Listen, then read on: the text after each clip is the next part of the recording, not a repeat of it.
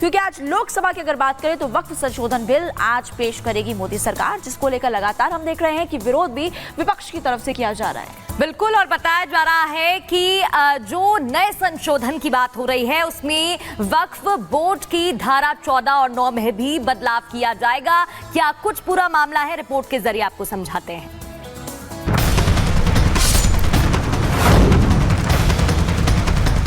ये सरकार वक्फ की प्रॉपर्टी को हड़पना चाहती है। बीजेपी शुरू से वक्फ बोर्ड और वक्फ की प्रॉपर्टीज के खिलाफ रही है। मुसलमान भाइयों को कैसे उनके अधिकारों को छीना जाए। भारतीय जनता पार्टी जो जनता के हित में जो निर्णय करती है उसको लागू करती है।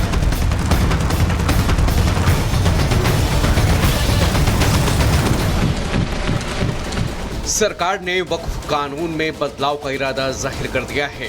आज लोकसभा में वक्फ कानून में बदलाव का बिल पेश होने वाला है। वैसे भी मोदी सरकार के लिए अगस्त बड़े फैसलों वाला महीना रहा है। आर्टिकल 370 हटाना हो या फिर राम मंदिर बनवाना, मोदी सरकार ने ये दोनों बड़े फैसले इसी महीने में किए। एक बार फिर से ये रिकॉर्ड बरकरार रखते हुए अब वक्फ बोर्ड में बदलाव की तैयारी है। उम्मीदों के मुताबिक सियासत छेड़ना वाजिब था, हो भी ऐसा ही रहा है। मुस्लिम वोट बैंक के लिए मोदी विरोधी खड़े हो गए हैं। ये सरकार वक्फ की प्रॉपर्टी को हड़पना चाहती है। 8 लाख से ज़्यादा प्रॉपर्टी है देश के अंदर। बहुत सारी प्रॉपर्टी आर्मी ने हड़प कर रखी है, जिसे सरकार देने को तैयार नहीं है। बीजेपी शुरू से वक्फ बोर्ड और वक्फ की प्रॉपर्टीज के खिलाफ रही है और इनका एक हिंदुत्व का एजेंडा है, आरएसएस का एजेंडा है कि वो शुरू से वक्फ प्रॉपर्टीज को और वक्फ बोर्ड को खत्म करने की कोशिशें करती रही। सरकार को भी पहले से ही सियासी संग्राम का एहसास था, इसलिए सरकार ने इस पर पूरा होमवर्क किया। सरकार ने पिछले 2 महीने में करीब 70 बैठकें की। बैठकों में वक्फ बोर्ड के नुमाइंदों से बात की गई, मुस्लिम जमात के बुद्धिजीवियों से भी राय मशवरा किया गया। संकेत ये है कि सरकार ने अपने सहयोगियों को भी साथ लिया है। बावजूद इसके संसद में सहमति नहीं बनी तो बिल संयुक्त समिति में भेजा जा सकता है, लेकिन अब सरकार पीछे हटने वाली नहीं, बड़े और कड़े फैसले पर अमल करने वाली है। वो केवल ध्रुवीकरण करके हिंदू मुसलमान करके अपनी राजनीति सेकना चाहती है। मुसलमान भाइयों को कैसे उनके अधिकारों को छीना जाए, उनकी अधिकार जो मिले हैं, जिन्हें आज़ादी के अधिकार हैं या उनके स्वतंत्र जो अधिकार हैं, उनके अपने धर्म को लेकर के अपनी कामकाज की व्यवस्था को बनाए रखने के लिए। वक्फ क्यों है? वक्फ इसलिए है कि दबे कुचले पिछड़े मुसलमानों के उत्थान के लिए बनाया गया वक्फ था और उसका कोई सदुपयोग नहीं हुआ है, दुरुपयोग ही हुआ है सन 47 से आज तक। यानी बदलाव की शुरुआत विरोधियों को रास नहीं आ रहा, जिसे रोकने के लिए साजिशें भी शुरू हो चुकी हैं। जिन मुसलमानों के वोटों की फसल काटने के लिए इंडिया अलायंस वक्फ बोर्ड में संशोधन का विरोध कर रहा है, उन्हीं मुसलमानों के बड़े संगठन सरकार के साथ आ चुके हैं। इमाम एसोसिएशन और सूफी काउंसिल ने कह दिया अब वो वक्त आ चुका है जब वक्फ में बदलाव जरूरी है। हालांकि मैदान में मोदी विरोधी धर्मगुरु अभी भी मौजूद हैं।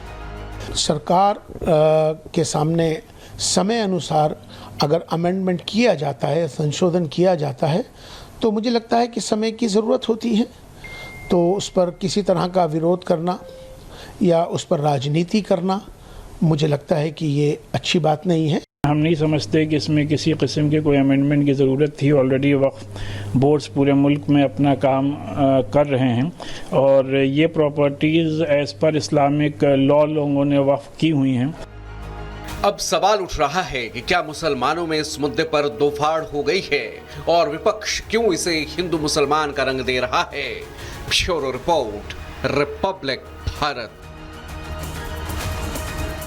आगे बढ़ते हैं। पाकिस्तान के इशारे पर एक तरफ बांग्लादेश में हिंदुओं की हत्या की जा रही है तो दूसरी ओर भारत में ही पाकिस्तान विपक्ष को आम की पेटियां भेज रहा है।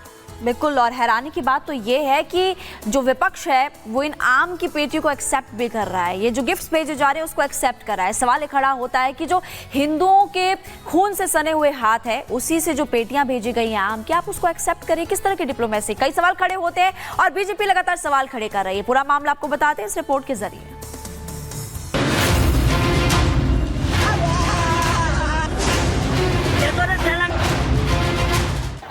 बांग्लादेश में जो रक्तपात हो रहा है इसके पीछे पाकिस्तान का हाथ है, ये बात किसी से छिपी नहीं है। और ऐसे वक्त में पाकिस्तानी दूतावास से विपक्ष के कुछ नेताओं को गिफ्ट के तौर पर आम भेजा जाए तो आपके मन में क्या सवाल उठेगा? यही ना कि दाल में कुछ न कुछ काला है। जी हाँ, और इसी काले दाग वाले आम पर बीजेपी हमलावर है कि जिनका प्रेम जहां पर है वहां से आम आएंगे। कुछ लोगों को उत्तर प्रदेश के आम में खोट नजर आता था, वो स्वाद अच्छा नहीं लगता था, चाहे वो उत्तर प्रदेश से चुने हुए सांसद भी क्यों ना हो, एक बड़े दल के नेता ही क्यों ना हो, लेकिन उनको उत्तर प्रदेश की जनता के भी उनमें भी खोट नजर आया। जब वो कहीं और से चुनाव जीत कर आए दक्षिण भारत से, तब भी उनमें उत्तर भारत के लोगों में खोट देखते रहे और आज भी वो उत्तर प्रदेश के आम की मिठास उनको नजर नहीं आती, लेकिन पाकिस्तान के आम उनको कुछ ज्यादा पसंद। पाकिस्तान ने उन्हें आम भेजा है, वहाँ का एम्बेसी ने।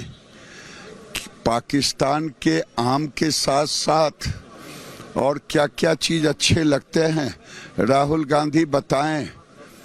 क्या मोदी को हटाने का फिर कोई नया मांगने गए हैं क्या पाकिस्तान से? पाकिस्तान से इनके नापाक रिश्ते हैं। वैसे आम पाने वालों की लिस्ट में कांग्रेस के सलमान खुर्शीद नहीं हैं, सज्जन वर्मा नहीं हैं, महबूबा मुफ्ती नहीं हैं, लेकिन इनके मन की बात जो जुबां पर आ गई है उससे कांग्रेस समेत तमाम इंडी गठबंधन की किरकिरी पहले ही हो चुकी है। अब पाकिस्तानी दूतावास से आम की टोकरी विपक्ष के हाथों में पहुंचने पर सवाल उठ रहे हैं। पाकिस्तान से राहुल गांधी जी सहित और कई और लोगों को आम आए हैं। कुछ दिन पहले इन्होंने कहा था कि हमें उत्तर प्रदेश के आम अच्छे नहीं लगते, आम का स्वाद उत्तर प्रदेश का जो होता है उसका अच्छा स्वाद नहीं लगता, लेकिन पाकिस्तान के आम का स्वाद इनको अच्छा लगता है। पाकिस्तान की बातें भी इनको अच्छी लगती है। पाकिस्तान में बहुत इनके चाहने वाले भी हैं राहुल गांधी जी के। लेकिन एक बड़ा सवाल उठता है कि आपको पाकिस्तान के आम स्वीकार करने चाहिए क्या? पाकिस्तान का आम चूसने के लिए राहुल गांधी इतने बेताब क्यों हैं?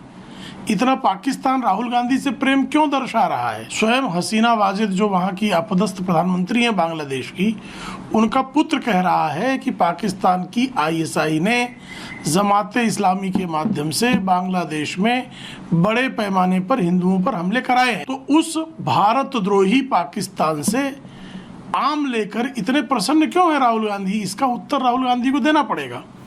अगर बीजेपी के आरोपों में रत्ती भर भी सच्चाई है तो कांग्रेस की नीतियों पर सवाल उठना लाजमी है कि आखिरकार वो कैसे देश की परिकल्पना कर रहे हैं। क्योंकि एक तरफ बांग्लादेश में जहां पाकिस्तान का हाथ हिंदुओं के खून से लाल है, वहां बहन बेटियों के साथ दुष्कर्म हो रहे हैं, उनके घर बार मंदिरों को जलाया जा रहा है, तो वहीं विपक्ष हिंदुओं के दुश्मनों के भेजे मीठे मीठे आम चूस रहा है। कमाल है।